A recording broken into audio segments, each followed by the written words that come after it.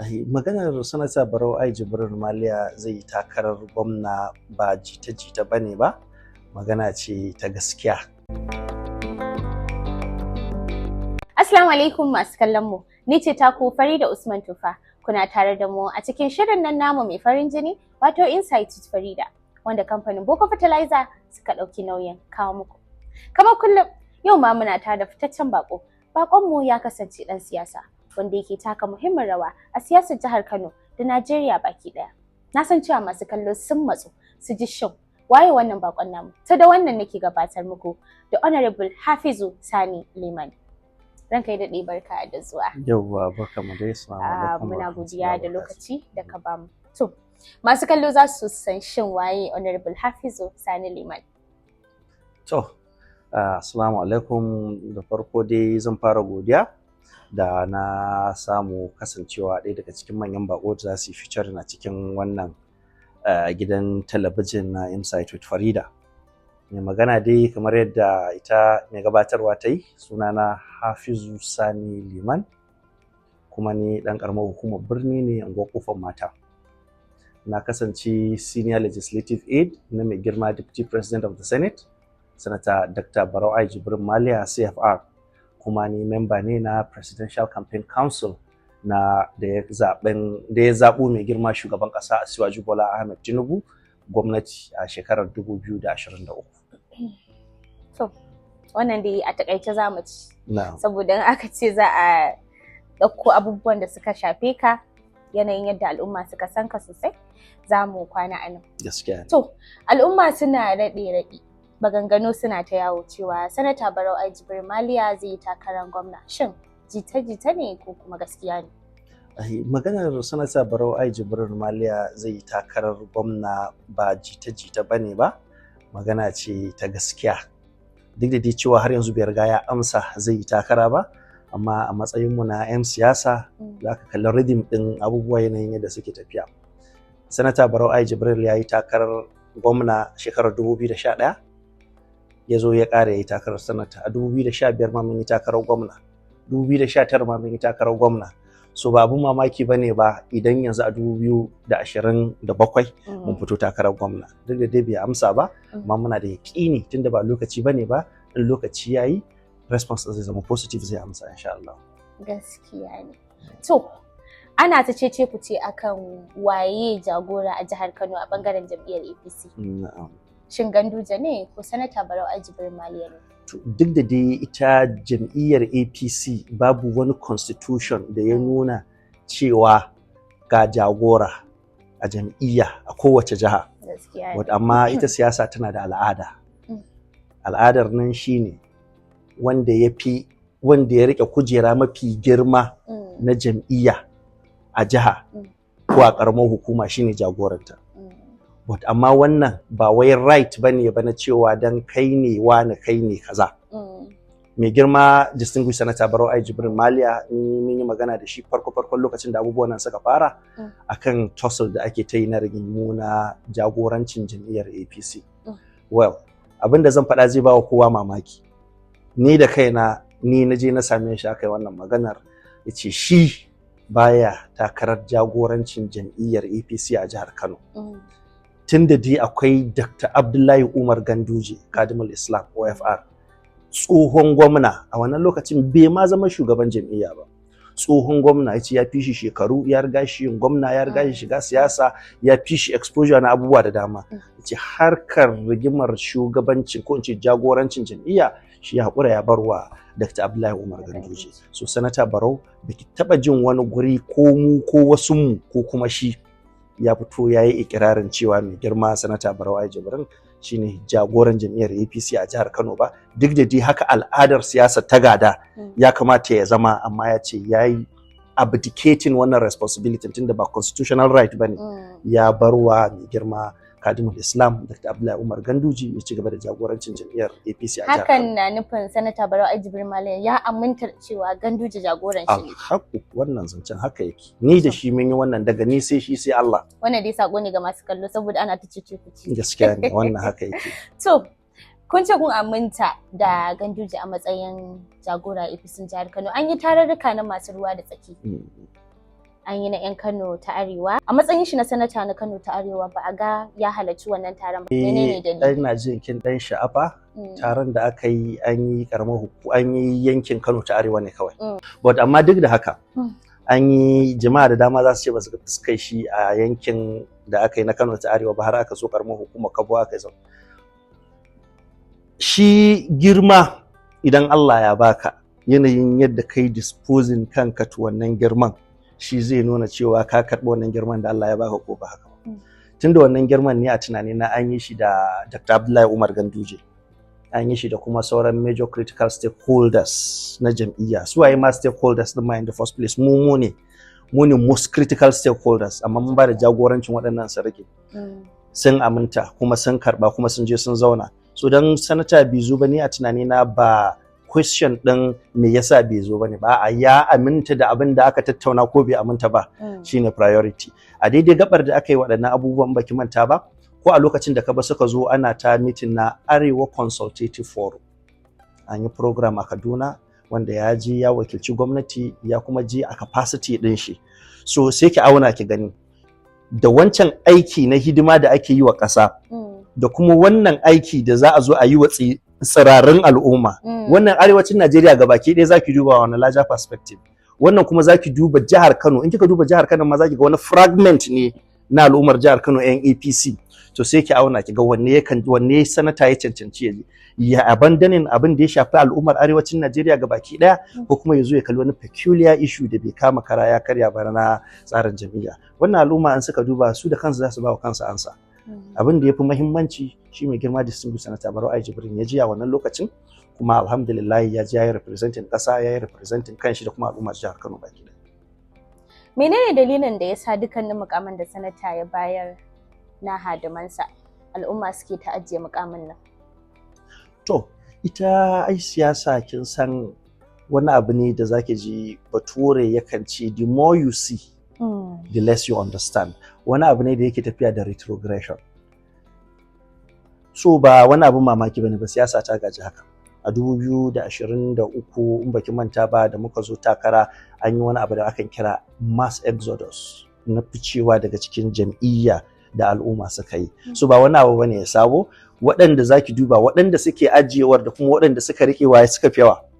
Waɗanda suka rike sun fi wanda suka ajiye yawa, to in shine ya kamata ya zama topic of discussion, ba few mutane da suka ajiye ba, kuma duk da suka ajiye ba wai jam'iyyar suka bari ba, suna cikin jam'iyyar dai kuma za su ci gaba da yi wa jam'iyyar hidima. Wannan shine kadai, ba wani abu bane ba. Ana zargin Deputy Senate President Distinguished Sanata Barau Jibrin Maliya kamar yana hana a bawa al'ummar jihar Kano mukamai. Me za ku ce game da wannan zargi?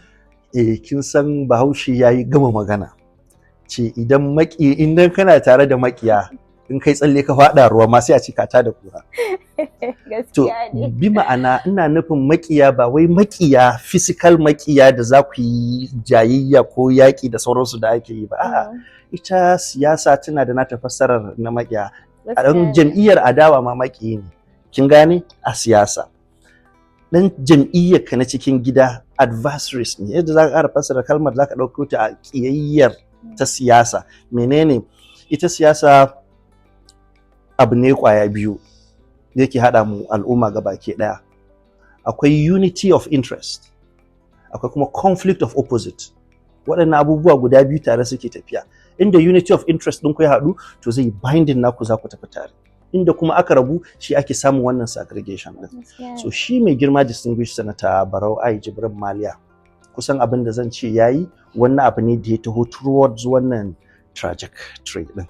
But amma rabe da siyasa ne discussing other important abubuwa da za su ƙara haɗa kawunan mu, ba abubuwan da za su gaba da rarraba mu ba irin tafiya da muke irin wannan. To zargin da ake na cewa yana hana mukamai dai sharri ne kenan, zargi ne kawai na. Wannan sharri ne na al'umma. Ba ki manta ba, tunda dai kina so a yi maganar. Dr. Mariya Bunkure ta shigo majalisa, shi ya kare ta, yayi protecting ɗinta, yayi shielding ɗinta, ba mata tambayoyi ba.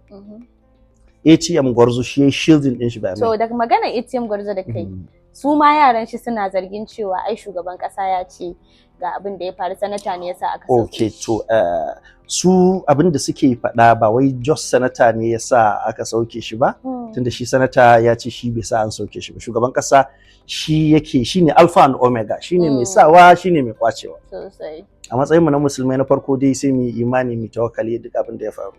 But amma on a larger perspective kuma sai ka zo ka duba sai ka ga to ya al'amuran nan suke. Kin gane? Shi shugaban kasa da ya sa ki sa kanki a situation din da Barau yake. Ya sa ki aiki, ya sa wani aiki sai yake so zai cire shi. Sai ya ce Farida je ki duba min a guri kaza wanda kike ganin ya cancanci ya zo karɓi kujerar minista. Ina so zan sauki wani in sa wani, amma ina so ki kawo min replacement. Sai ki ce ina da alaka da Hafizu dan haka ranka dade a bar shi, ko kuma zaki acting ne based on instruction din da aka baki.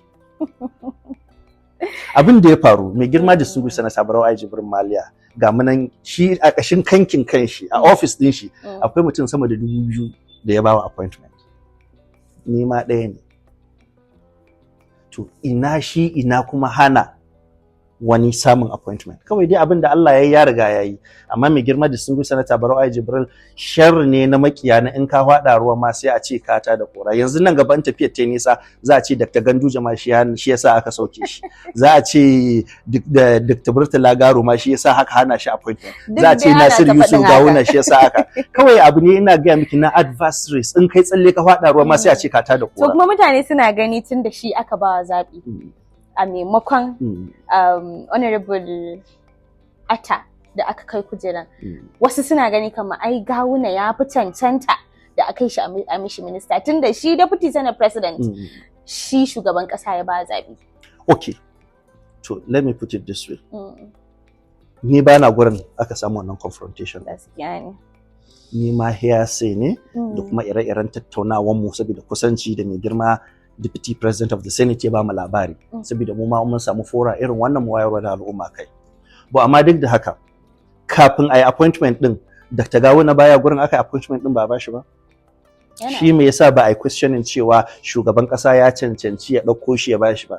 Kuma in baki manta ba a 2019 da aka yi zabi ai da kuku Peter Sai daga bayarsa ai shi takarar gwamna amma ba bashi minista ba. Da aka zo daga bayarsa ba aka dauko wani daban aka bashi minista, shi kuma aka dauki wani agency aka tura mu. So ina ga miki ba wai right bane ba na dan kai takara sai an dauki, sai in baka ci ba sai an yi compensating ɗinka da kujerar minista. Discretion ne na shugaban kasa, kuma shi mai girma da sun Sanata Barau Jibril ni ban taba questioning judgment din shi in ya yanke hukunci ba. Ina dauka kawai saboda na san as a gentleman mai son ganin al'umma sun ci gaba, ba zai yi wani abu contrary to abin da zai uniting ko kuma ya tallafi jam'iyya ko kuma jama'ar jihar Kano ba. Amma ina da yaƙini inda akwai better fora da zai yi bargaining for kujera Gawuna ya samu zai mai.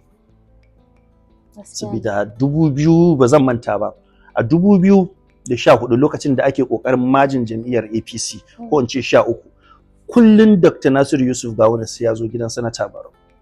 Mu muna nan a gaban mu akai. Zai zo za su tattauna a lokacin sanata yana takarar gwamna, Gawuna ma yana takarar gwamna. Duk an yi waɗannan. So akwai wani blend of relationship da yake a tsakaninsu da su kaɗai suka san abin da yake tsakaninsu, wadda kuma in wani ya samu damar taimakon wani a gwamnatin tarayya zai taimaka mai. Kawai gaba ce bata zo ba, sannan mu kuma a matsayin mu na musulmai sai mu gane cewa damar ce bata samu ba, inda damar ta samu da za a bashi da za a bashi. Gaskiya ne. Turan kai daɗe. Dangane da rikicin cikin gida na jam'iyyar APC a jihar Kano, ana ta ganin injiniya a Abba Bichi da kuma Honorable Murtala Salagaru suna ta zama da 'yan jam'iyyu. Shin wannan yana nufin suna fitowa ne da ƙarara suna adawa da sabgogin sanata? Duk da cewa sun fito daga yanki ɗaya, hakan na nuna rashin goyon bayan su ne ga abubuwan da sanata yake tunda ake ba taɓa ganin shi a cikin activities ɗin ba. To wannan magana da kika yi tana da fuska guda biyu. Yan yankin shi ne, yan jam'iyyar shi ne, amma sun ware sun gwammace su yi taron su ba tare da sun gwammatin invitation din shi ba. Duk taron nan da ake kenan ba shi da labari. Duk taron nan da ake ko kana da labari idan ba a gayyace ka ba ai ba za ka je inda ba a gayyace ka ba. Annabi sallallahu alaihi wasallam cewa yayi babu karamin mutum sai mutumin da aka gayyata taro bai je ba. Sannan kuma ya ce babu karamin mutum sai mutumin da aka gayyata taro. To ala ayyu halin shine wala sun gayyace shi wala ba su gayyace shi ba wani abu ne daban. duk jam'iyya da ta tumbatsa ta girma irin wannan it is bound to face similar problems. Ba wai jam'iyyar APC ba kawai, musamman harka ce ta zo ta takara kuma akwai interest, kamar magana da nake gaya miki ne conflict of opposite. Yanzu conflict ɗinsu a nan da distinguished Sanata Barau Jibrin da shi Right Honorable Abba Kabiru Abubakar Abba Bichi, yanzu akwai conflict of interest. Kowa yana son abu ɗaya kuma ƙwaya ɗaya ne za a samu, kuma kujerar nan dole a fito a nema. A shekara 100 Hajiya Farida in baki sani ba, shekara 100 karni kenan ake kira ko? Mutum 12 ne kacal za su iya yin mulki a jihar Kano. A shekara 100 mutum 12, musamman in aka ce an samu kowa ya ta zarce yadda kowa ita yake maimaita. So you could imagine irin hit din da ake da ita da kowa yana neman wannan kujerar, da in ka kuskure ta wuce ka ba lallai shekara 4 ta zagayo ka samu. To wannan ba wani abu bane ba, in kika dauka kika duba da zaki ga wala sun invite nashi wala ba su invite nashi ba, at the end of the day tunda mun san kowa nema yake yi, za a zo za a taru a guri kwaya daya, wanda at the end of the day mutum ɗaya ne daga cikinsu zai ɗauka, wanda kuma muna fata Sanata Barau Jibrin ne zai ɗauka saboda dalilai kamar haka. Na farko kin ga akwai shekaru a tsakaninsu, sannan akwai gogewa, akwai kuma ilimi, ko akwai kuma kyakkyawan mu'amala da dukkaninsu, wanda zamu iya cewa a yanzu duk mai girma distinguished Sanata Barau Jibrin da take fi su. Kuma wani abu da nake so in ƙara shine bari ɗauko miki wani ƙaramin misali daga jam'iyyar PDP. An fito takara, duk sanda aka fito takara da Atiku Abubakar da sauransu, ɗaya daga cikin manyan jam'iyyar PDP sukan kira su ce ku yi haƙuri, ku 'yan takarkaro ne masu ƙarancin shekaru, ku kyale manyan nan su yi, in sun yi sun tafi kuma za ku samu damar ku. So a wannan gaba ma ina roƙon su, na san lokacin ya zo, za a duba shekarun su, za a duba mu'amala, za a duba komai da komai, za a yi amfani, za a yi suspending din su ko kuma a rarrashe su a bawa mai girma da sun Sanata Barau Jibrin. Amma wannan ba za a hana su fito su nema ba. Mu dai jam'iyyar APC abinda muke so a daidai wannan gabar, yanayin yadda za mu samu mu haɗa kai. Jam'iyyar can da muke ganin ta kullun tsigewa take ta yi, kullun tsigewa take, so haɗin kanmu shine zai ba mu damar in lokaci ya zo mu ture su mu karɓi mulki. Amma wannan abu ne seriously da yake rocking, kuma mu ma muna so mu ga an kawo ƙarshen wannan alamar insha Allah. Akan magana da kai na haɗin kai, to yanzu idan ba a ba Sanata Barau Jibrin Maliya takara a shekara ta 2027 ba, shin duk wanda jam'iyyar APC ta ba tiketin gwamna za ku zaɓe shi? To ai babu ma wannan maganar ba za a ba wa mai girma Sanata Barau Jibrin. Ai shine dan takarar ki kawai Hajiya Farida. Ai shine dan takara, ai ko shine dan takarar ku da shine dan takarar mu na jam'iyyar APC da jihar Kano baki daya. Shine most popular candidate. So babu ma batun, ai mu ba mu taba zuwa, mu duka dauka muka zuwa. Lokacin Tinubu 2023 cewa yi Emilo Kong, lokacin shi ne, lokacin shi yayi. To mu ma yanzu muna gani awa lokon lokacin mu ne ya riga yayi, so kawai a bamu ne a huta, ba genin muka zo ba ciniki muka zo ba, abu ne da mun san mun fi kowa cancanta a daidai wannan gabar, kuma Allah ya da mun san za a. Har yanzu ana zargin gwamna Abba Kabir Yusuf zai iya shiga jam'iyyar APC. Idan ya shigo, menene makomar Sanata Barau Jibrin Maliya? To ita ai demokradiyya aba ce da take a zahiri, ba wani abu ne da yake a boye ba ko? The majority will have their way, minority will have their say. Maganar majority, mutane suna gani kamar kwankwasiya ta fi yan APC yawa a jihar Kano. Kagan ana magana majority kenan, kana nufin kenan Abba zai tafi kenan, ku za ku goya mai baya? Ba a wannan context din, ba a wannan context din nake ba. Ba amma even as at that ma in kin dauko wannan, shin wani statistic kika yi, wani empirical fact kika yi amfani da shi, kika yi analyzing cewa 'yan jam'iyyar kwankwasiya sun fi ma 'yan APC yawa? Haka al'umma suke gani. A'a shine na ce wani statistics ne, wani empirical fact kika yi amfani da shi kika gane. Hearsay na bakin titi? Hirar teburan 'yan jarida? Mu yanzu mu ma za mu iya gaya miki namun statistics din mu ma da muka yi. Mu a jihar Kano a yanzu a 'yan siyasa da mutanen gari, jam'iyyar APC tana da kaso 75 cikin 100. Ni ina da statistics din, in kina so zan kawo miki kuma zan gani, amma ke ina kika samu wannan statistics din da kike? To mu jam'iyyar APC wala ya shigo wala kar ya shigo ban sani ba, ban san abin da gobe za ta haifar ba, amma abin da na sani shine tunda demokradiyya ake yi, in ya shigo shi ma na farko mun fi shi ilimi, mun fi shi shekaru, mun fi shi gogewa, mun riga shi fara harkar, mun kuma fi shi nisa a harkar. In ya shigo zai biyo bayan mu in mun ƙara shekara 8 ya zo ya ɗora. So kuna da ƙwarin gwiwa cewa za ku yi a san kujera a hannun 100% a hannun kowaye, ko kwankwason ne ya zo yanzu za mu buga da shi, za mu kada shi. Ai an yi a baya, kakki manta 2015 da ya bashi takara dan kai ki tarihi baya kaɗan. Ai ba shi yake yi ba, duk da ya ɗauko a wannan lokacin muna ƙoƙarin a samu unity a jam'iyya, ya bawa Barau mai girma Sanata Barau kwamishina ya karɓa. Da aka zo takara cewa ba Barau yake yi ba, Gwarzo yake yi. Barau ya ce a harka ta demokradiyya ni na haƙura da kuma kujerar kwamishina, ya rubuta a ranar da aka yi endorsing Gwarzo, ya rubuta ya sign. Aka fito kuma primaries ya kada Gwarzo. Da ya ga outrightly an kada Gwarzo ya soke zaben. Aka daga aka yi postponed. Da Allah ya sa akwai wani ɗan takara bayan Gwarzo, a ce su uku suka sai form. To da Gwarzo sabanin da suka zo suka samu da mai girma Kwankwaso a wannan lokacin, da in ya sauke shi ba zai yi Gwarzo ba, ba zai yi Sanata Barau ba, zai yi wani independent man. To sai Allah ya sa su bi kawai suka sai form suka shiga takara. So it was choosing between the devil and the WC. Allah ya sa sai zaben sai ya hada kan Barau, ya ce a fito kawai a zuwa.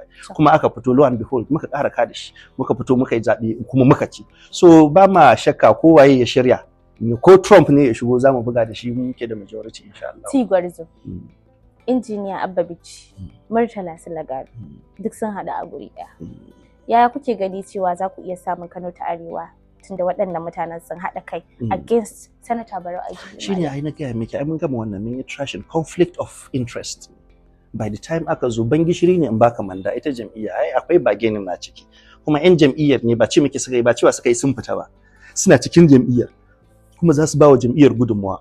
Pride ɗinsu ne a ce jam'iyyar da suke ciki ita ta kawo gwamna, ba rigima ba, sai a zo a yi rigima arziki. Cewa za ku samu daidaito.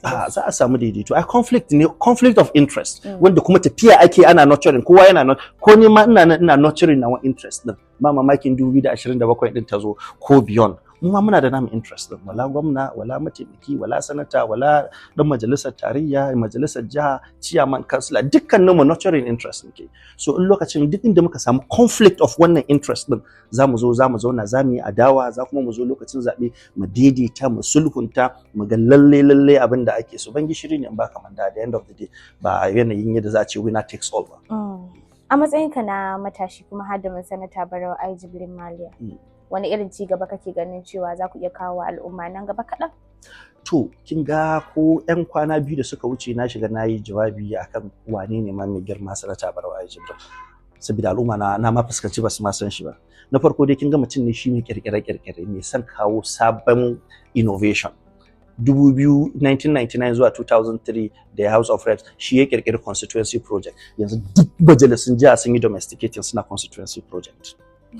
Shi ne ɗan majalisa ɗaya tilo da ya fara fitar da ɗalibai ƙasashen waje. Yanzu har shi kanshi Honorable Abba Bichi yana sponsoring ɗalibai su je ƙasar waje kuma yana biyan scholarship local. Shi kaɗai ne ɗan majalisa kafin yanzu abubuwa su fashe bayan yayi. Shi kaɗai ne ɗan majalisar da ya taɓa ƙirƙiro jami'a ko kuma makaranta ta gaba da sakandare ko ma ma'aikacin gwamnati a ƙirƙiro wani bangare na ciki. Sanata Barau Jibrin ya ƙirƙiri jami'a, ya ƙirƙiri police college. Yanzu duk ɗan majalisun tarayya sun rubuta bill suna so a musu police college a garuruwansu. Kin gane? So abin da nake so mahallin shahid anan shine yayi Northwest Open University wanda duk ƙananan hukumomi yanzu ana ta buɗewa. To mahallin shahid anan shine mutum ne shi mai fasaha, mai ganin ya ƙirƙiro wani abu sabo. Wanda kuma muna da yaƙini idan ya karɓi jihar Kano ba waɗannan abubuwan da ya ƙirƙiro a tarayya ba, a jihar Kano ma zai mata sabon fasali da sabon ƙirƙire-ƙirƙire don a ciyar da al'umma gaba.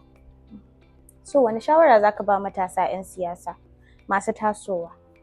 To, shawara ta ga matasa 'yan siyasa masu tasowa shine su ji tsoron Allah. Na farko dai kenan. A mu'amalar su kin ga mu mafi akasari mu akan ga mu matasa da gaggawa aka san mu. Matasan ba kuma wai na yanzu ko na da ba, naturally haka nature din matasa yake.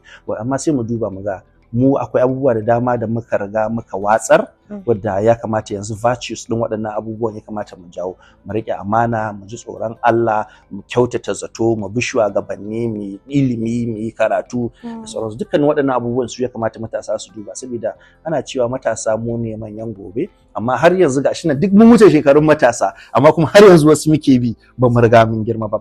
To ta yaya za a yi mu samu wannan is by karatu, by ilimi, by taimakekeniyar juna da kuma rashin cin mutunci, wanda ka mutuncin shi yau gobe kuma za ku zo ku ƙara haɗuwa a wata jam'iyyar ko a wani gurin ya zama kuma shine destiny helper ɗinka. So waɗannan abubuwan kawai matasa mu za mu yi ƙoƙari mu kiyaye, sannan kuma mu tabbatar da wanda muke bi mutum ne da ya san hanya. Saboda kin san mutane akwai kala hudu da mutane suke faɗa. Akwai wani da aka ce wanda ya sani amma bai san ya sani ba. Ire-iren waɗannan mutanen in ka same su tuna masa ake yi. Akwai kuma matashin da bai sani ba amma ya san bai sani ba, wannan koya mai ake yi. Akwai matashin da shi kuma ya sani amma bai san ya sani amma ya manta, zaka tuna mai. Akwai kuma wanda bai sani ba kuma bai san bai sani ba, wanda shine na hudu, wanda shine abin korewa abin ki. Amma an ka samu kanka a cikin ɗaya daga cikin ukun nan, sai ka duba ka ga wanne ne ya sani kuma ya san ya sani. Shikenan in ka samu wanda ya sani kuma kana da yakinin ya sani, ka bi shi har halas. Sauran kai daɗe, muna matukar godiya da lokaci da ka bamu. Masha Allah, ni ma ina godiya. Allah ya ƙara girma. Amin. Allah ya cika buri. To masha Allah. To masu kallon mu, anan muka kawo ƙarshen tattaunawar mu da Honorable Hafizu Sani Lamin, Hadimi ga Sanata Barau Jibrin Maliya, wanda ya kasance mataimaki na shugaban majalisar dattawa na ƙasa. Na san cewa kun ilmantu, kuma masu bukata amsoshi akan tambayoyinsu wanda ake cece-kuce da shi a kafafen sadarwa na zamani akan Sanata Barau Jibrin Maliya sun samu amsoshinsu. Ku ci gaba da bibiyar mu a shafukanmu na YouTube, Facebook, TikTok, Twitter har ma da Instagram. Sannan kar ku manta, ku danna mana like, ku yi sharing, ku kuma yi following din mu a shafukanmu na sada zumunta. Ku biyo mu a mako mai zuwa insha Allah. Thank you for watching.